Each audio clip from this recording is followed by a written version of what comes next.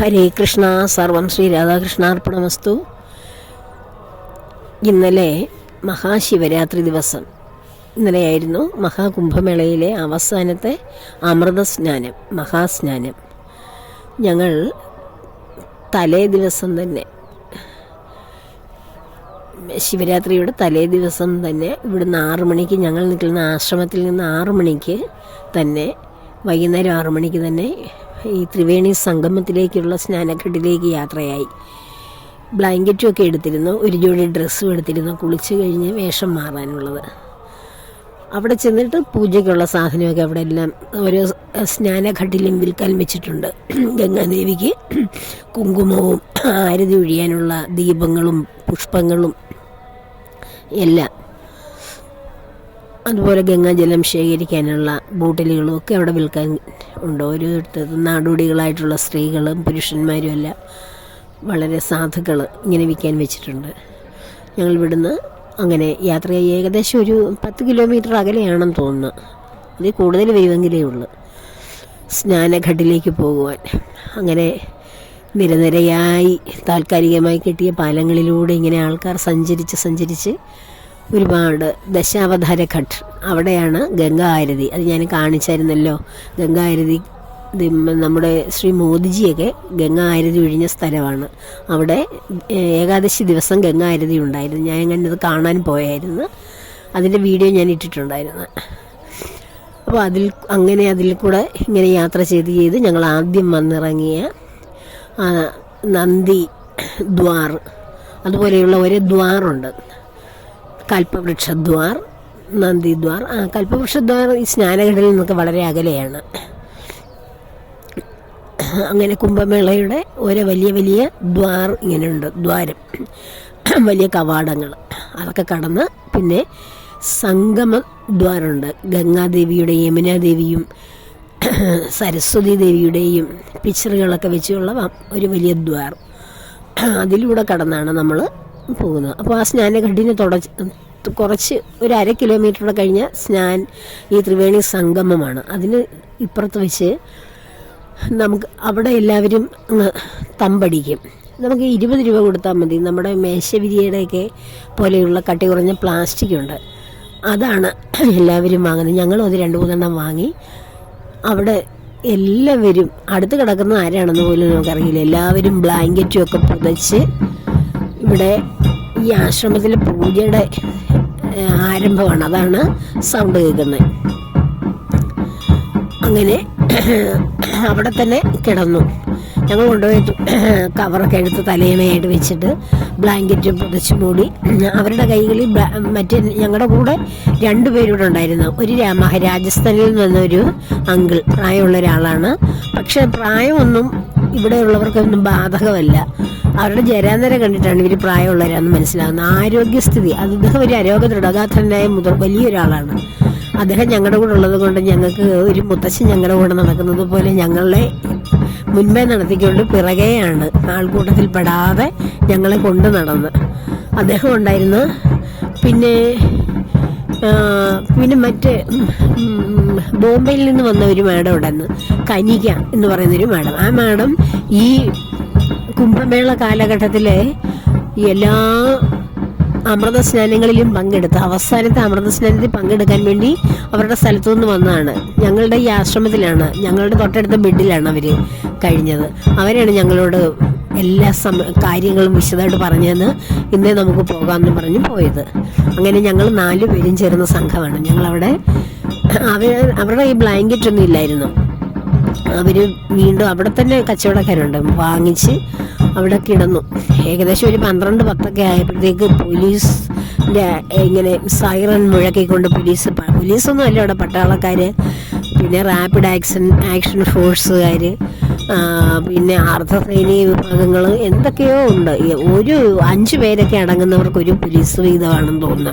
എത്ര ജനക്കൂട്ടം ഉണ്ടോ അത്രയും പോലീസുകാരുണ്ട്. അവിടെ എന്തെങ്കിലും ഒരു സ്റ്റാമ്പേടങ്ങാണം നടന്നാൽ ആദ്യം കൂടുതലും മരിക്കുന്നതും പോലീസുകാരായിരിക്കും, ഈ സുരക്ഷാ ഉദ്യോഗസ്ഥരൊക്കെ ആയിരിക്കും. അത്രയ്ക്ക് ആൾക്കാരാണ്.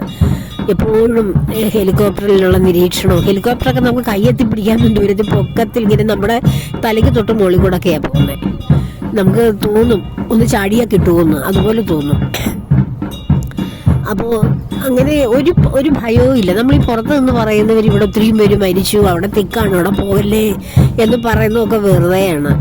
ആരെയും മുട്ടാതെ പോകണമെന്ന് എല്ലായിടവും നിർദ്ദേശമുണ്ട്, അനൗൺസ്മെൻറ്റും ഉണ്ട്. അനൗൺസ്മെൻ്റൊക്കെ ഹിന്ദിയിലാണെന്നേ ഉള്ളൂ.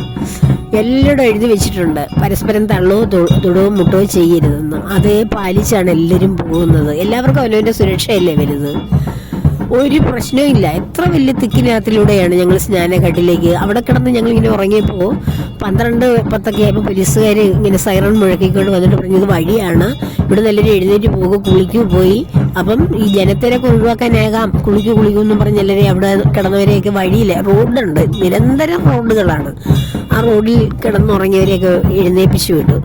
എന്നിട്ട് ഇവിടുത്തെ ഈ സർക്കാർ വാഹനങ്ങളൊക്കെ അവിടെ കൊണ്ടിട്ട്, വലിയ ബസ്സൊക്കെ പോലെയുള്ള. അപ്പം കുറച്ച് പേരൊക്കെ എഴുന്നേറ്റ് പോയി. അന്നേരം 12:30 ആയതേ ഉള്ളൂ. ആരും കുളിക്കാനൊന്നും പോയില്ല. പിന്നെ ഞങ്ങൾ വഴിയല്ലാത്ത സ്ഥലത്തേക്ക് പിന്നീട് ഇത്തിരിയും കൂടി മാറി അവിടെ കിടന്ന് ഞങ്ങൾ വെളുപ്പിനെ എഴുന്നേറ്റു. അവിടെ തന്നെ അനേകായിരം ശൗചാലയങ്ങളുണ്ട്, പൈപ്പുകളും എല്ലാം ഉണ്ട്. അവിടെ തന്നെ ഞങ്ങൾ പ്രാഥമിക കർമ്മങ്ങളെല്ലാം നടത്തി. അവിടെ നമ്മുടെ തൊട്ടടുക്ക തന്നെ ചൂട് ചായയും കൊണ്ട് ആൾക്കാർ വരും, ചായയൊക്കെ കുടിച്ച് അങ്ങനെ ഇരുന്നിട്ട് അമൃതകാലത്താണ് ഞങ്ങൾ സ്നാനം ചെയ്തത്. നമ്മുടെ കേരളത്തിലെ ഇന്നലത്തെ ശിവരാത്രി ദിവസത്തെ അമൃതകാലം 7:10 മുതൽ 9:35 വരെയായിരുന്നു. പക്ഷെ ഇത് നോർത്ത് ഇന്ത്യയല്ലേ, ഇവിടെ 10:05 മുതലായിരുന്നു, 12 മണി വരെയായിരുന്നു. ആ സമയത്ത് നമുക്ക് സ്നാനം ചെയ്താൽ മതി എന്ന് പറഞ്ഞ് ധാരാളം 10,000-കണക്കിന് ആൾക്കാർ ഇങ്ങനെ സ്നാനത്തിന് വേണ്ടി പോയിക്കൊണ്ടേയിരിക്കുന്നുണ്ടായിരുന്നു. ഞങ്ങളുടെ കൺമുന്നിലൂടെ ഇങ്ങനെ എല്ലാവരും യാത്ര ചെയ്തുകൊണ്ടിരിക്കുന്നത്. സ്നാനഘട്ടിലാണ് ഞങ്ങൾ കഴിഞ്ഞത്. അത് കഴിഞ്ഞ് ഞങ്ങളൊരു 9:30 ആയപ്പം എഴുന്നേറ്റ് സ്നാനഘട്ടിലേക്ക്, പിന്നെ ഒരു 1/2 കിലോമീറ്റർ ഉണ്ടാകുകയുള്ളൂ, ചെന്നു. നമ്മുടെ പ്രധാനമന്ത്രി മോദിജി സ്നാനം ചെയ്ത ആ ഘട്ടിൽ തന്നെയാണ് ഞങ്ങളും സ്നാനം ചെയ്തു. അപ്പോൾ അതിനു മുമ്പ് തന്നെ ഹെലികോപ്റ്ററിൽ ഇങ്ങനെ സ്നാനം ചെയ്യുന്നവരുടെ ദേഹത്തേക്ക് റോസാപ്പൂക്കൾ ഇങ്ങനെ ഇതളുകൾ വന്നിങ്ങനെ എത്രയോ ആവർത്തിയാണ് ഹെലികോപ്റ്ററിലെ പുഷ്പമഴ വൃഷ്ടിക്കുകയാണ്. ആദ്യം കുംഭമേള തുടങ്ങുന്ന ദിവസവും ആ പുഷ്പവൃഷ്ടി നടത്തിയാണ് ആ മേള തുടങ്ങിയത്. ഇതും പുഷ്പവൃഷ്ടി നടത്തി അവസാനിപ്പിച്ചു. നമ്മുടെ യക്ഷ കിന്നര ഗന്ധർവ അപ്സരസ്സുകളൊക്കെ നമ്മുടെ ശരീരത്തേക്ക് പുഷ്പവൃഷ്ടി നടത്തുന്നത് നമ്മൾ പുരാണങ്ങളിൽ വായിച്ചിട്ടില്ലേ? അതുപോലെ സ്നാനഘട്ടിലെല്ലാം റോസാദളങ്ങൾ, അതും എന്ത് നല്ല മണം, എന്ത് ഫ്രഷായിട്ടുള്ള പൂക്കൾ നമ്മുടെ തലയിലേക്ക് വന്ന് വീഴുകയാണ്. അതൊരു ആവേശമാണ്. എല്ലാവരും ആ ത്രിവേണി സംഗമത്തിൽ സ്നാനം ചെയ്തു. ആ ത്രിവേണി സംഗമം എന്ന് പറയുന്ന ബോട്ടിൽ അപ്പുറത്തേക്ക് പോയി നമുക്ക് കാണാൻ പറ്റും.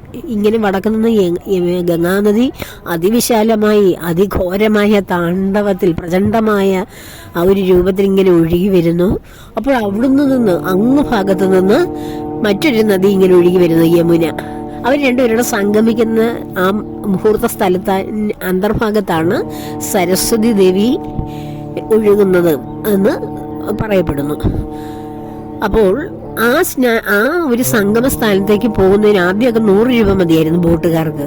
പിന്നെ 200 300 500 ഇപ്പോൾ 1000 2000 ഒക്കെ ഓരോരുത്തർക്കും ചോദിക്കും. അല്ലാതെ ഒരു ബോട്ടിൽ സഞ്ചരിക്കുന്ന എല്ലാവർക്കും കൂടെ അല്ല 1000, ഓരോരുത്തർക്കും 1000 ചോദിക്കാൻ തുടങ്ങിയപ്പോൾ യോഗി ആദിത്യനാഥ് അതങ്ങ് നിർത്തലാക്കി. അങ്ങനെ ഭക്തരെ ചൂഷണം ചെയ്യാൻ പാടില്ല. അദ്ദേഹം ആ ബോട്ടുകാർ കൊണ്ട് നിർത്തുന്ന ആ സ്ഥലം വരെയും ഒരു വലിയ വേലി, അതായത് പ്ലാസ്റ്റിക് വേലി കെട്ടി തിരിച്ചിട്ടത് സ്നാനഘട്ടാക്കി. അപ്പൊ നമുക്കിപ്പോൾ ബോട്ടിൽ പോകാതെ തന്നെ അവിടെ പോയി സ്നാനം ചെയ്യാൻ കഴിയും. നമ്മുടെ കഴുത്തിന് താഴെ ചെസ്റ്റ് വരെയൊക്കെ വെള്ളം ഉണ്ട് അവിടെ. ഗംഗയിൽ നമുക്ക് കാലുകുത്തി നിൽക്കാം. അങ്ങോട്ടും പോകുന്നതോറും കുറച്ചുകൂടെ ആഴമുണ്ട്. അവിടെ വരെയും ഒരു മനുഷ്യർ നിന്ന് പൊക്കം കുറഞ്ഞ ആൾ, എനിക്കന്ന് പൊക്കം ഇല്ലാത്ത ആളാണ്, പൊക്കം കുറഞ്ഞ ആൾ, എനിക്ക് അവിടെ വരെയുണ്ട്, കഴുത്ത് വരെയും വെള്ളം ഉണ്ടായിരുന്നു. എന്നാൽ മുങ്ങിപ്പോകാത്ത വിധത്തിൽ ആ വേലിക്കെട്ടിന് തൊട്ടപ്പുറത്തായിട്ട് നമ്മളെ നോക്കിക്കൊണ്ട് തന്നെ ഏതെങ്കിലും ഒരു വ്യക്തിക്ക് എന്തെങ്കിലും ഒരു ആപത്ത് വന്നാൽ അപ്പം നമ്മെ പൊക്കിയെടുക്കുവാൻ വേണ്ടി നാവികസേനയുടെ ഉദ്യോഗസ്ഥരുണ്ടായിരുന്നു. എല്ലായിടവും അവരുടെ കണ്ണു വിടും. ആരും മരിക്കത്തില്ല, സത്യം. ആർക്കും ഒരു ആപത്തും വരുന്നില്ല. ഒന്നും വരുന്നില്ല. ഒരു സംഭവം ഇവിടെ നടക്കത്തില്ല. അഥവാ നടത്തുന്നെങ്കിൽ പുറത്തുനിന്ന് ആരെങ്കിലും നുഴഞ്ഞു കയറിയിട്ട് ദാ അവിടെ അപകടം നടന്നു, നിങ്ങൾ ഓടിക്കോ, എന്തെങ്കിലുമൊക്കെ അങ്ങനെ പറഞ്ഞ് നമ്മളെ ഭീഷണിപ്പെടുത്തിയ ജനക്കൂട്ടം ചിലവർ പക്ഷെ ഓടിപ്പോവായിരിക്കും. അതും പോലീസുകാർ പറഞ്ഞാലേ അവർ കേൾക്കത്തുള്ളൂ. മനുഷ്യരൊന്നും പറഞ്ഞാൽ ആരും ശ്രദ്ധിക്കത്തില്ല. അങ്ങനെ പോലീസ് രൂപത്തിൽ പലരും വന്ന് പറഞ്ഞായിരിക്കും പണ്ട് ആ സ്റ്റാമ്പേഡിൻ്റെ ഇടയ്ക്ക് നടന്നത്. വസന്ത പഞ്ചമിക്കോ മറ്റോ ആയിരുന്നു അങ്ങനെ നടന്നത്. അങ്ങനെ വല്ലതും ആയിരിക്കാം. അല്ലാതെ ഒരു മോശമായിട്ടുള്ള അവസ്ഥയും. മഹാകുംഭമേളയിൽ 60-65 കോടി ജനങ്ങളാണ് പങ്കെടുത്തത്. ഇന്നലെ വരെയുള്ള കണക്ക് വെച്ച് നോക്കുമ്പോൾ 65 കോടി എന്നൊക്കെ അല്ലെ 60 കോടി എന്നൊക്കെ പറഞ്ഞാലേ ഈ ഇന്ത്യയിലെ മഹാഭൂരിപക്ഷം ജനത്തിന്റെയും നേർപകുതിയിൽ കൂടുതലില്ലേ? അല്ലെങ്കിൽ യൂറോപ്യൻ രാജ്യങ്ങളിലെ ഒരു 3-4 രാജ്യങ്ങൾ എടുത്തു വെച്ചാൽ അത്രയും ജനങ്ങളില്ലേ? ഇവരെല്ലാം സനാതനികളായിട്ടല്ലേ ഇവിടെ വന്ന് മുങ്ങുന്നത്. എന്നിട്ട് സനാതന ധർമ്മത്തെ മോശം ധർമ്മമാണെന്നും അതിനെ കുറ്റം പറയുന്നു. കേരളത്തിലേക്ക് തിരിച്ചു വരാൻ സത്യം പറഞ്ഞാൽ തോന്നുന്നില്ല. ഇത്രയും നല്ല ആചാരങ്ങളുള്ള, മാന്യത തരുന്ന, എല്ലാവരെയും സമഭാവനയോടെ കാണുന്ന, സത്യം പറഞ്ഞാൽ എത്ര നല്ല നല്ല മനുഷ്യർ തമ്മിലുള്ള സൗന്ദര്യവും പണവും ഒന്നും അല്ല, പദവിയൊന്നും അല്ല, മനുഷ്യനെ ആനന്ദം തരുന്നതും സന്തോഷിപ്പിക്കുന്നതും ഒക്കെ. അതൊന്നും ഒരു വിഷയം. നമ്മുടെ കേരളത്തിലാണ് ഇത്രയും ഭൗതികമായിട്ടുള്ള ആ ഒരു അതിനോടുള്ള ആ ആക്രാന്തം സത്യം പറഞ്ഞാൽ തോന്നുന്നത്. ഇവിടെ മനുഷ്യനെയാണ് എല്ലാവരും സ്നേഹിക്കുന്നത്. മനുഷ്യത്വമാണ് എല്ലാവർക്കും ഉള്ളത് ഈ നാട്ടിൽ നിന്നല്ല, ഏതെല്ലാം നാട്ടിൽ നിന്ന് വന്നവരാണ് ഇവിടെ ഉള്ളവർ. ആ കേരളം ഒഴിച്ച് ബാക്കിയുള്ളവർക്കെല്ലാം മനുഷ്യത്വം, സ്ത്രീകളോട് ബഹുമാനം, മാതാജീനെ വിളിക്കൂ ഏതു സ്ത്രീയും, കൊച്ചുകുട്ടിയെ കണ്ടാലും മുതിർന്നവരെ കണ്ടാലും. അതുപോലെ ചെറിയ കുട്ടികൾ വരെയും സാരി ഉടുത്തുകൊണ്ട് വരുന്ന കാണാം. മറ്റ് സംസ്ഥാനങ്ങളിലെ പെൺകുട്ടികൾ, സ്ത്രീകളും എല്ലാവരും സാരിയാണ്. ചെറിയ കുട്ടികൾ പോലും സാരിയൊക്കെ എടുത്തുകൊണ്ട് വരുന്ന കാഴ്ച എന്ത് രസമാണ് കാണാൻ. തീരെ കൈക്കുഞ്ഞുങ്ങളെ 4-3 മാസം പ്രസവിച്ച ശേഷം പ്രായമുള്ള കുഞ്ഞുങ്ങളെ വരെയും ഗംഗയിൽ സ്നാനം ചെയ്യിക്കുന്നത് ഞാൻ കണ്ട്. എന്തിനാണ് ഇതൊക്കെ ചെയ്യുന്നത്? നമ്മുടെ നാട്ടിൽ എന്നപ്പോൾ അയ്യോ നമ്മുടെ കുഞ്ഞിനെ വെളിയിലോട്ട് ഇറങ്ങാൻ പാടില്ല, വല്ല അസുഖങ്ങൾ പിടിക്കും എന്നല്ലേ പറയുന്നത്. ഇതൊന്നും ഇല്ല. അവർക്ക് പൂർണ്ണ സമർപ്പണമാണ്. ഒന്നും സംഭവിക്കത്തില്ല. എൻ്റെ കുഞ്ഞിനെയും കൊണ്ട് വെളിയിലിറങ്ങി ഇത്രയും ജനത്തിൻ്റെ ഇടയിൽ ചെന്നാൽ ഒന്നും സംഭവിക്കില്ല. അവർ സാക്ഷാൽ പരമേശ്വരനെയും ഗംഗാദേവിയെയും ഉമാദേവിയെയൊക്കെ അവർ സമർപ്പിച്ച് ജീവിക്കുന്നു. അതുതന്നെയല്ല ജീവിതത്തിൻ്റെ ഏറ്റവും വലിയ സാക്ഷാത്കാരം. ഞാൻ ഇവിടെയാണ് കുംഭമേളയ്ക്ക് പോയി എന്നൊക്കെ അറിഞ്ഞപ്പോൾ എൻ്റെ കൂട്ടുകാരൊക്കെ പറഞ്ഞു, ഇനി നീ ഒന്നാമത് ആത്മീയ പാതയിലൂടെ സഞ്ചരിക്കുന്നവളാണ്, അവിടെ ചെന്ന് സന്യാസം ഒന്നും സ്വീകരിച്ച് കളയല്ലേ എന്ന്. സന്യാസം സ്വീകരിക്കാതെ വീണ്ടും ഞാൻ ഭൗതികതയിലേക്ക് വരൂ എന്നല്ലേ അവർ നമുക്ക് തരുന്ന ഒരു മെസ്സേജ്. സത്യത്തിൽ സന്യാസം എന്ന് വെച്ചാൽ ഇവിടെ കാണുന്ന അഘോരികളെയും നാഗസന്യാസിമാരെയും ധാരാളം പേരെ അങ്ങനെ കണ്ട്, ഒട്ടും വേഷമില്ലാത്ത വിവസ്ത്രരായിട്ട് നടക്കുന്ന ചെറുപ്പക്കാരും മുതിർന്നവരും ഒക്കെ മേലാസകലം ഭസ്മമൊക്കെ പൂശി അങ്ങനെ നടക്കുന്നവരല്ലാതെ തന്നെ ഞാൻ വേറൊരു ആശ്രമത്തിലാണ് താമസിക്കുന്നത്. നമ്മൾ സാധാരണ മനുഷ്യരെ പോലെ ധാരാളം അധികം സ്ത്രീകളും പുരുഷന്മാരും ഒക്കെ ഉണ്ട്. ഓരോ ഇപ്പം ശങ്കരാചാര്യരുടെ ആശ്രമം, സ്വാമി വിവേകാനന്ദനുമായിട്ട് ബന്ധപ്പെട്ട ആശ്രമം, രാമകൃഷ്ണ പരമഹംസരുടെയാണ് വിവേകാനന്ദ സ്വാമിയുടെ ആ ആശ്രമം. ഇവിടെ വേറെ ഒരു മഹാരാഷ്ട്രയിലെ ഒരു ഗുരുവിൻ്റെ ആശ്രമമാണ് ഞാൻ ഈ താമസിക്കുന്നത്. ഇങ്ങനെ ഓരോരോ നമുക്ക് കേരളത്തിലുള്ളവർക്ക് അറിയാത്ത ധാരാളം ഗുരുക്കന്മാരുടെ ആശ്രമങ്ങൾ. അവിടെ സാധാരണ മനുഷ്യരായിട്ടുള്ളവരാണ്. അവിടുത്തെ ഗുരുക്കന്മാർ ഇങ്ങനെ തലയെല്ലാം മൊത്തം ഷേവ് ചെയ്തിട്ട് ഇരിക്കുന്നവരാണ്. സ്ത്രീകളൊക്കെ നമ്മെ പോലുള്ള ഇവര് തന്നെ. എല്ലാം നല്ല അവിടുത്തെ പുരുഷന്മാരും സ്ത്രീകളും ആ ആശ്രമത്തിലെ ആൾക്കാരും ഒക്കെ നമ്മളോട് എത്ര ബഹുമാനത്തോടാണ് നമ്മളെ കഴിക്കാനൊക്കെ വിളിക്കുന്നത്, എത്ര തൊഴുതോണ്ടാണ് വിളിക്കുന്നത്. എല്ലാവരും പരസ്പരം കാണുമ്പോൾ തൊഴുതോണ്ടാണ് സംസാരിക്കാൻ ആരംഭിക്കുന്നത്. ഈ കൾച്ചർ വല്ലതും നമ്മുടെ നാട്ടിലുണ്ടോ? നമ്മൾ ആരെങ്കിലും കണ്ട തൊഴുതാ പറയും, അറിയാത്തവരെയൊക്കെ തൊഴുന്ന് ഇവക്ക് വട്ടാണെന്ന് പറയും അല്ലേ? ഇതാണ് യഥാർത്ഥത്തിലുള്ള ഭാരതീയ ധർമ്മം. കേരളത്തിൽ ജീവിക്കുന്നവരോട് ഇതൊക്കെ പറഞ്ഞാൽ മനസ്സിലാവും. അവരെ നമ്മളെ ഇതിൻ്റെയൊക്കെ നെഗറ്റീവേ കാണുകയുള്ളൂ. അപ്പോൾ അങ്ങനെ അമൃത സ്നാനം കഴിച്ചു. എത്ര രസകരമായിട്ടുള്ള സ്നാനമായിരുന്നു. വളരെ സന്തോഷത്തോടു കൂടി ഇന്നലത്തെ അമൃത സ്നാനം കഴിച്ച് ഞങ്ങൾ തിരിച്ച് അത്രയും കിലോമീറ്റർ തിരികെ നടന്നു. അവിടെ ഒരു ഹനുമാൻ കോവിലുണ്ട്, വളരെ പ്രശസ്തമാണ്. ആ കോവിലിലേക്ക് വന്നെങ്കിൽ അവിടെ വളരെ വലിയ ജനത്തിരക്കും ക്യൂ ആയിരുന്നു. അപ്പോഴത്തേക്ക് ഞങ്ങൾ കുഴഞ്ഞത് കാരണം അവിടെ കയറിയില്ല. തിരിച്ച് ഞങ്ങളുടെ ആശ്രമത്തിലേക്ക് തന്നെ വന്ന് ഹട്ടിലേക്ക് വന്ന് ആഹാരമൊക്കെ കഴിച്ച് റെസ്റ്റ് എടുത്ത് വീണ്ടും ഇന്ന് പുലർകാലത്ത് വീണ്ടും ഉണർന്ന് എനിക്ക് കഫക്കെട്ടിൻ്റെ പ്രശ്നം ഉണ്ടായിരുന്നു. ഇന്നലെ ഇവിടെ വന്നിട്ട് ആശ്രമത്തിൽ നിന്ന് ആവി കൊള്ളുവാനുള്ള വെള്ളമൊക്കെ ജയശ്രീ എനിക്ക് അവിടുത്തെ മാതാജിമാരോട് പറഞ്ഞെടുത്തോണ്ട് തന്ന് അങ്ങനെ ചൂടുവെള്ളമൊക്കെ കുടിച്ച് ആവി കൊണ്ട് ഇന്ന് രാവിലെ ഞാൻ വീണ്ടും കഫത്തിൻ്റെ മരുന്നൊക്കെ കഴിച്ചു. അപ്പോൾ വെളുപ്പിനെ തന്നെ ജയശ്രീ ഇവിടെ എല്ലാം അടുത്ത് ഉദാസീനാശ്രമത്തിൽ നിന്ന് ചൂട് ചായയും റിസ്ക്കും കൊണ്ടു തന്ന് ഞാൻ പല്ലൊക്കെ തേച്ച് പ്രാഥമിക കൃത്യങ്ങളൊക്കെ കഴിച്ചിട്ട് ഇരിക്കുമ്പോൾ തന്നെ അതൊക്കെ കഴിച്ചപ്പോൾ എനിക്കൊരു ഉന്മേഷം തോന്നി. ഇന്നലത്തെ വിവരങ്ങളൊക്കെ എല്ലാവരുമായിട്ട് പങ്കുവയ്ക്കണമെന്ന് തോന്നി. അതാണ് വീണ്ടും സംസാരിച്ചത്.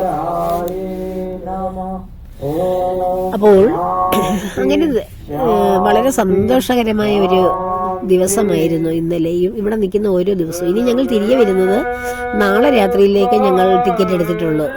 പ്രയാഗ്രാജിൽ നിന്ന് തിരുവനന്തപുരത്തേക്ക്. ഞാൻ കായംകുളത്ത് ഇറങ്ങും, ജയ തിരുവനന്തപുരത്ത് ഇറങ്ങും. അപ്പോൾ ഞങ്ങൾ അതിന് മുമ്പത്തെ ദിവസം മഹാശിവരാത്രിക്ക് മുമ്പത്തെ ദിവസം ഈ ദശാവതാര ഘാട്ട് അവിടെയാണ് ഗംഗാരതിയൊക്കെ നടക്കുന്നത്. അവിടെ ഞങ്ങൾ കിടന്ന് വീണ്ടും ഞങ്ങൾ ഗംഗയിലെ അന്ന് രാവിലെ ഗംഗയിൽ സ്നാനം ചെയ്തു, വീണ്ടും അവിടെ ഗംഗയിൽ സ്നാനം ചെയ്തു. അപ്പോൾ വൈകുന്നേരത്തെ സ്നാനം പോയപ്പോഴാണ് അവിടെ വൈകുന്നേരവും ഗംഗ ആരതിയുടെ അന്നും സ്നാനം ചെയ്തു. തിങ്കളാഴ്ച ദിവസം 2 നേരവും ഞാൻ സ്നാനം ചെയ്തു. അത് കഴിഞ്ഞ് ചൊവ്വാഴ്ച രാവിലെയാണ് അവിടെ സ്നാനം ചെയ്തത്. വീണ്ടും വന്ന് ഞാനും ജയയും കൂടി പോയി വീണ്ടും സ്നാനം ചെയ്തു. ദശാവതാര ഘാട്ട് അതൊരു പ്രധാനപ്പെട്ട ഘാട്ടാണ്. അതാണ് ശരിക്കും ഇങ്ങനെ സ്നാനഘട്ടമായിട്ട് ഇങ്ങനെ സ്റ്റെപ്പുകളൊക്കെ നേരത്തെ മുതലേ ചെയ്തു വെച്ചിരിക്കുന്നതാണ്. ബാക്കിയെല്ലാം താൽക്കാലികമായിട്ട് ഇപ്പോഴത്തെ ഈ 45 ദിവസത്തെ ആവശ്യത്തിന് വേണ്ടി ചെയ്ത ഘാട്ടുകളാണ്. അപ്പോൾ അവിടെ ഒരു ജയ ഉണർന്ന് കുളിക്കുന്നു, പ്രാർത്ഥിക്കുന്നു. വെറുതെ ചെന്നല്ല നമ്മൾ ഗംഗയിൽ സ്നാനം ചെയ്യുന്നത്. ഒരുപാട് പ്രാർത്ഥനയും പൂജകളൊക്കെ ഉണ്ട്. നമ്മുടെ തന്നെ നമുക്ക് വേണ്ടിയും നമ്മുടെ പരമ്പരകൾക്ക് വേണ്ടിയും നമ്മുടെ പൂർവികർക്ക് വേണ്ടിയും സൂര്യഭഗവാനും വിഷ്ണു ഭഗവാനും മഹാശിവന് വേണ്ടിയും പിതൃകൾക്ക് വേണ്ടിയും പിന്നെ എല്ലാ 30 കോടി ദേവന്മാരെയും മനസ്സിൽ ധ്യാനിച്ച് നമ്മൾ സ്നാനം ചെയ്യുകയാണ്. അപ്പോൾ അയോധ്യയിൽ നിന്ന് വന്ന 2 പെൺകുട്ടികൾ എൻ്റെ അടുക്കലിലേക്ക് വന്നിട്ട് അവരും വെള്ളത്തിൽ തന്നെ ഇങ്ങനെ സ്നാനം ചെയ്തിട്ട് നിൽക്കുകയാണ്. അവരുടെ പേരൊന്നും എനിക്ക് അറിഞ്ഞുകൂടാ. ഇവിടെ കാണുന്ന എല്ലാവരും സുഹൃത്തുക്കളാണ്, പക്ഷേ പേരൊന്നും അറിഞ്ഞുകൂടാ ആരുടെ. അവർ അയോധ്യയിൽ നിന്ന് വന്നതാണ്. അന്ന് 2 പേര്, 2 ചെറുപ്പമായിട്ടുള്ള കുട്ടികൾ. ഞങ്ങൾ 3 പേരും കൈ കോർത്ത് പിടിച്ച് ഞങ്ങൾ യമുനയിൽ ഗോപികമാർ കിടന്ന് കളിക്കുന്നത് പോലെ ഞങ്ങൾ ഗംഗയിൽ തുള്ളി കളിച്ചു കുറേ. അപ്പോൾ ഞാൻ പറഞ്ഞു, നീ ഗംഗ, അടുത്ത ആള് യമുന, അയാം സരസ്വതി എന്ന് പറഞ്ഞ് ഞങ്ങൾ 3 പേരും ഞങ്ങളുടെ പേര് പറഞ്ഞ് ഓരോരുത്തരും കിടന്ന് കളിച്ച് ഗംഗയിൽ. ഞാൻ അതിൻ്റെ ഒരു വീഡിയോ ഇട്ടിട്ടുണ്ടായിരുന്നു. മഹാസ്നാനത്തിന് മുമ്പ് അമൃത സ്നാനത്തിന് മുമ്പ് ആനന്ദ സ്നാനം എന്ന് പറഞ്ഞ്. അപ്പോൾ അങ്ങനെ വളരെ സന്തോഷമായിട്ടിരിക്കുന്നു. ഇന്ന് ഞങ്ങൾ പുറത്തേക്ക് ഇറങ്ങാനെങ്ങും പ്ലാനില്ല. വൈകുന്നേരം ഒന്നുകൂടെ കറങ്ങണം. ഇന്നുകൊണ്ട് ഗംഗാരതി. നാളെ ഞങ്ങൾ ഇവിടുന്ന് രാവിലെ തന്നെ പാക്ക് ചെയ്യും. എന്നിട്ട് കുറേ ക്ഷേത്രങ്ങളൊക്കെ ഉണ്ട്. ഞങ്ങളെ ഇവിടെ കൊണ്ട് വിട്ട് ഇവിടെയല്ല,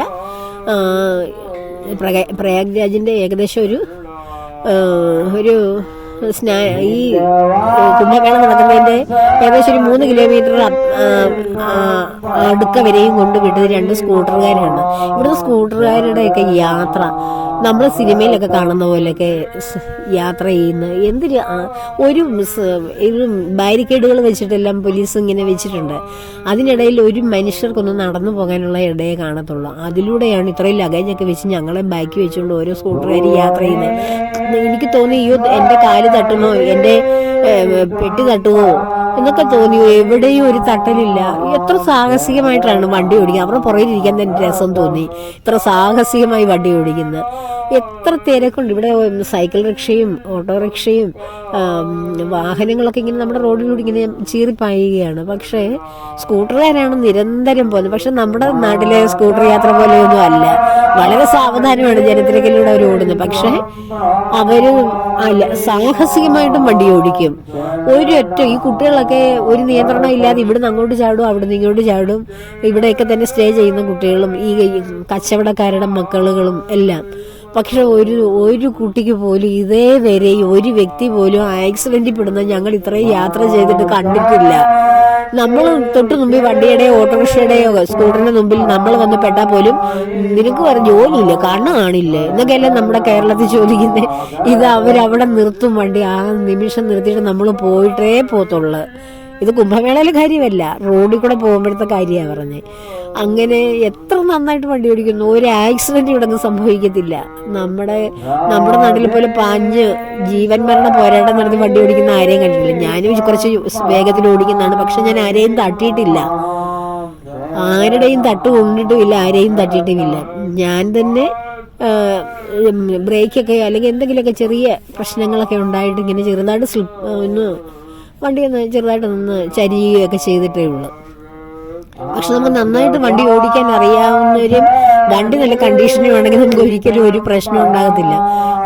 ആ സ്കൂട്ടർകാർ രണ്ടുപേരും അവരേതോ രാജ്യക്കാരൊക്കെയാണ്, നമ്മുടെ ഭാഷയൊന്നുമല്ല. അവർ ജയിക്ക് നമ്പർ കൊടുത്തിട്ടുണ്ട്, ഇനി അവരെ ആവശ്യമുണ്ട് വിളിക്കണമെന്ന്. ഞങ്ങൾ നാളെ അവരെ വിളിക്കാനിരിക്കുകയാണ് രാവിലെ തന്നെ. അവർക്ക് ഇവിടെ വരെയും വരാൻ പറ്റും, നാളെ ആകുമ്പോഴത്തേക്ക് തിരക്ക് കുറയും.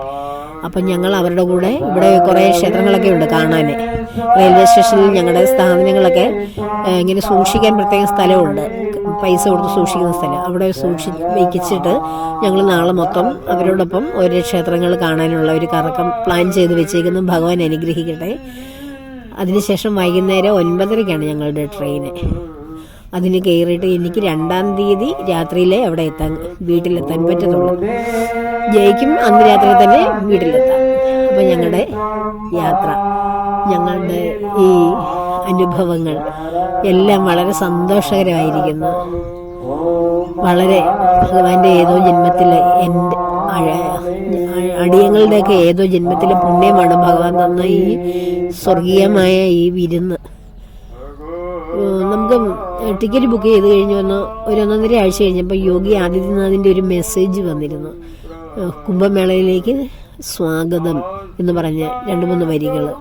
നമ്മുടെ നാട്ടിൽ ഇങ്ങനെ സ്വാഗതമൊക്കെ എഴുതി വെക്കാറുണ്ടോ ഒരു സംഭവം നടക്കുമ്പോൾ? നമുക്കവിടെ എന്ത് സ്വാഗതം കിട്ടും? സ്വാഗതമൊക്കെ തരും, പക്ഷെ നമുക്കവിടെ എന്ത് ഫെസിലിറ്റീസ് ഉണ്ടാവും? അക്ഷരാർത്ഥത്തിൽ അദ്ദേഹം നമ്മളെ സ്വാഗതം ചെയ്തതിൻ്റെ എല്ലാം ഇവിടെയുണ്ട്. ഒരാളെ സ്വാഗതം ചെയ്യുന്നു, നമ്മൾ നമ്മുടെ വീട്ടിലേക്ക് ഒരു അതിഥിയെ സ്വാഗതം ചെയ്യുമ്പോൾ ആ അതിഥിക്ക് വേണ്ടുന്ന വിശ്രമം, ഭക്ഷണം, മറ്റു സുഖസൗകര്യങ്ങൾ, അസുഖം വന്നാൽ മെഡിസിൻ, അതിന് വേണ്ടുന്ന കാര്യങ്ങൾ, എന്താണ് ഒരു വ്യക്തിക്ക് വേണ്ടത്, എന്തിനാണ് ആ വ്യക്തിയെ വീട്ടിൽ വന്നത്, അതല്ലേ നമ്മൾ സ്വാഗതം കൊണ്ട് ഉദ്ദേശിക്കുന്നത്. ഇതെല്ലാം ഇവിടെ സമ്പൂർണ്ണമാണ്. എനിക്ക് ആകെ ഒരു ബുദ്ധിമുട്ട് തോന്നിയത്, ഇവിടെ ഏത് ഭക്ഷണം കഴിച്ചാലും, അതായത് ഇവിടുത്തെ ഏത് കറികൾ എടുത്ത് കഴിച്ചാലും കൂട്ടാനത്തിലെല്ലാം ഉപ്പ് ഇത്തിരി കൂടുതലാണ്. ഈ നാട്ടിലുള്ളവർക്ക് അതായിരിക്കും ഇഷ്ടം. നമ്മൾ ഉപ്പ് കുറച്ച് കഴിക്കുന്നത് കൊണ്ടാകാം അതൊരു ബുദ്ധിമുട്ടാണ്. എന്നാലും നമുക്ക് സഹിക്കബിളാണത്. അത് നമ്മൾ ആഹാരത്തിൽ ചേർത്ത് കഴിക്കുമ്പോൾ കുഴപ്പമില്ല. പിന്നെ ഉള്ളത് ചായ ആയാലും കോഫി ആയാലും അതിന് മാക്സിമം പരമാവധി മധുരമാണ്. അപ്പോൾ ഉപ്പും മധുരമൊക്കെ ഇവിടെ ഉള്ളവർക്ക് വളരെ ഇഷ്ടമാണെന്ന് തോന്നുന്നു. ആ ചായ കുടിച്ചാൽ നല്ല നമ്മുടെ ചായയൊന്നും അല്ല. ഇഞ്ചി, നാരങ്ങ നീരും പുതിനയിലേക്ക് ഇട്ട ചായ, സൂപ്പർ ചായ, അതൊക്കെ കഴിച്ചാൽ തന്നെ നമ്മുടെ ജലദോഷമൊക്കെ പമ്പ കിടക്കും. പക്ഷെ അതിന് നാവിൽ നിന്നും അതിൻ്റെയൊക്കെ ടേസ്റ്റിനേക്കാളും മുമ്പേ നിൽക്കുന്ന മധുരമാണ്. ഇത് ഉപ്പും മധുരത്തിന്റെ ഒരു വിഷയം എനിക്ക് തോന്നിയുള്ളൂ. അത് നമ്മളങ്ങ് ആദ്യമേ ഉള്ളായിരുന്നു നാക്കിനതിന് ഒരു രുചികരമല്ലെന്ന് തോന്നിയേ. പിന്നീട് നമ്മൾ ഇവിടുത്തെ ആഹാരം, ഭക്ഷണ രീതിയൊക്കെ ആയിട്ട് വന്നപ്പോൾ വളരെ സൂപ്പറാണ്. എല്ലാം നന്നായി ഇരിക്കുന്നു. നമ്മുടെ കൂടെ ചോറൊന്നും കഴിക്കത്തേ ഇല്ല. ഞാനിവിടെ വന്നിട്ട് പച്ചരി ചോറാണ്. അത് കൂടി വന്ന ഒരു തവിയെങ്ങാനും കഴിച്ചിട്ടുണ്ടാകും ഇത്രയും ദിവസത്തിനുള്ളിൽ. അല്ലാതെ ചോറ് കഴിക്കാനേ നമുക്ക് തോന്നുന്നില്ല. അന്നേരം നമ്മൾ പറയും നമ്മുടെ വീട്ടിലെ കൂട്ട് ചോറും ഇഷ്ടമുള്ള കറികളും ഒന്നും ഇല്ലാഞ്ഞിട്ടാണ്. അല്ല, ഇവിടുത്തെ കറികളൊക്കെ എത്രയോ നല്ല കറികളാണ്, എല്ലാം നല്ല കൂട്ടാനൊക്കെയാണ്. കിഴങ്ങും മെഴുക്കുവരട്ടി, അതിനിവർ വേറെ പേരാ പറയുന്നത്, നമ്മളത് മെഴുക്കുവരട്ടി എന്ന് പറയുന്നത്. അത് നമ്മൾ അരിയുന്ന പോലെ ഒന്നും അല്ല, വലുതായിട്ട് കഷ്ണമായിട്ടാക്കിയിട്ട് അതിനകത്തിൽ എത്ര സാധനം ഇട്ടിട്ടാണ്. എനിക്കൊരു ദിവസം ഒരു നല്ല പനിയുള്ള ദിവസം ഉച്ചയ്ക്ക് എനിക്ക് തോന്നി, ഗംഗയിൽ സ്നാനം ചെയ്തിട്ട് വന്നപ്പോൾ എനിക്ക് തോന്നിയോ ഇന്നെനിക്ക് ചോറും എന്തെങ്കിലും നാട്ടിലെ മാതിരി കൂട്ടാനും കഴിച്ചാൽ മതിയായിരുന്നു എന്ന് തോന്നി. അത്രയ്ക്ക് നല്ല പനിയായിട്ടാണ് ഞാൻ വന്നത്. അപ്പോൾ ഇവിടെ വന്ന ആശ്രമത്തിൽ വന്നപ്പം അവരുടെ ഫുഡ് അവരെല്ലാം കഴിച്ചിട്ടെല്ലാം അടച്ചു വെച്ചിരിക്കുന്നു. അപ്പോൾ ഇവിടുത്തെ ആള് പറഞ്ഞ് മാതാജി എടുക്കൂ എന്ന് പറഞ്ഞു. പക്ഷെ ആ പറഞ്ഞ ആള് ഇവിടുത്തെ സുരക്ഷാ ഉദ്യോഗസ്ഥനായിരുന്നു, ഗവൺമെന്റിന്റെ. ഇവിടെ സ്ഥിരം തമ്പടിക്കുന്നതാണ്. വേറെ അദ്ദേഹം തിരികെ പോകാൻ നേരം ഒരു ദിവസം ഞാൻ നോക്കിയപ്പോഴാണ് അദ്ദേഹത്തിന്റെ ഗണ്ണും അദ്ദേഹത്തിന്റെ യഥാർത്ഥത്തിലുള്ള വേഷങ്ങളും പദവിയുടെ ചിഹ്നങ്ങളൊക്കെയുള്ള വേഷങ്ങളും ഒക്കെ ഇട്ടുകൊണ്ട് അദ്ദേഹം പോകുന്നതുണ്ട്. വേറെ വലിയ ഈ ഗവൺമെന്റിന്റെ പോലീസ് വാഹനത്തിൽ വന്ന്. അതിന് പകരം എല്ലാ ദിവസവും ആൾക്കാരെ സെക്യൂരിറ്റി ഉദ്യോഗസ്ഥർ, നമ്മുടെ നാട്ടിലെ സെക്യൂരിറ്റിക്കാരല്ല, ആർമിയിലെ ഉദ്യോഗസ്ഥരാണ് മെഷീൻ ഗണ്ണുകളുമായിട്ട് ഇവിടെ നിൽക്കുന്നത്. രണ്ടുപേര് സ്ഥിരം ഇവിടെ നിൽക്കും. അദ്ദേഹം ഇവിടെ സാധാരണ മനുഷ്യരെ പോലെ നിന്ന ആളായിരുന്നു, വേഷം സാധാരണക്കാരുടെ വേഷം പോലെ. അപ്പൊ അദ്ദേഹം പറഞ്ഞു എടുത്ത് കഴിക്കൂ. അദ്ദേഹം എന്തോ ജോലി ചെയ്യുമായിരുന്നു. ഞാനെടുത്ത് അപ്പോൾ പച്ചരി ചോറും കിഴങ്ങ് മെഴുക്കുവരട്ടി. എനിക്ക് മെഴുക്കുവരട്ടികളിൽ ഏറ്റവും ഇഷ്ടം കിഴങ്ങ് മെഴുക്കുവരട്ടിയാണ്. അത് മാത്രം, അതും തൈരും ഒക്കെ ഉണ്ടെങ്കിൽ ഞാൻ നന്നായിട്ട് ചോറ് കഴിക്കും വീട്ടിലെ. അപ്പോൾ ആ മെഴുക്കുവരട്ടി നമ്മുടെ മെഴുക്കുവരട്ടി ഒന്നും അല്ലായിരുന്നു. ഞാൻ ആ പനിയായിട്ട് എനിക്ക് ഇന്ന് ചപ്പാത്തി ഒന്നും വേണ്ട, ഇത്തിരി ചോറ് കിട്ടിയിരുന്നെങ്കിലെന്ന് പറഞ്ഞപ്പം എളുപ്പം ദഹിക്കുന്ന വിധത്തിലുള്ള ചൂട് പച്ചരിച്ചോറും ആ മെഴുക്കുവരട്ടി കിഴങ്ങിൻ്റെ അതിനകത്ത് നല്ല പച്ചിലകളും ഒക്കെ ഇട്ട് നമ്മുടെ വറ്റൽ മുളക് വരട്ടിയിട്ട് അത് പൊടിച്ചതിലിട്ടിട്ട് വേറെ കുറേ സാധനങ്ങളുണ്ട്. എത്ര നല്ലതായിട്ട് എനിക്ക് ആഹാരം കഴിക്കാൻ പറ്റി. ഞാൻ ആഗ്രഹിച്ചതുപോലെ, ഞാൻ ആഗ്രഹിച്ച കാര്യങ്ങളാണ് എല്ലാം നടക്കുന്നത്. എല്ലാം ഭഗവാന്റെയും ദേവിയുടെയും അനുഗ്രഹം. ആ ഉമാദേവിയുടെ മടിത്തട്ടിൽ ദേവിയുടെ സന്തത സഹചാരിയായി മാറാൻ കഴിഞ്ഞെങ്കിൽ. ഞാൻ കഴിഞ്ഞ ദിവസം ഒരു ചഞ്ചുളയുടെ ഒരു കഥ നിങ്ങൾക്ക് പറഞ്ഞു തന്നായിരുന്നു. ശിവപുരാണം കേട്ട ചഞ്ചുള അവസാനം ദേവിയുടെ സഖിയായി മാറിയെന്ന്. എനിക്കും അത് തന്നെയാണ് ആഗ്രഹം. ആ കൈലാസത്തിൽ ആ മഹാദേവിയുടെ, നമ്മുടെ ശരീരം തന്ന ദേവിയാണ്, ആ ദേവിയുടെ സഖിമാരിൽ ഒരാളാകാൻ അമ്മ അനുഗ്രഹിക്കണം എന്നുള്ള പ്രാർത്ഥനയോടെ ദേവിയുടെയും ഭഗവാന്റെയും പത്മപാദങ്ങളിൽ സർവവും സമർപ്പിക്കുന്നു. ലോക സമസ്ത സുഖിനോ ഭവന്തു.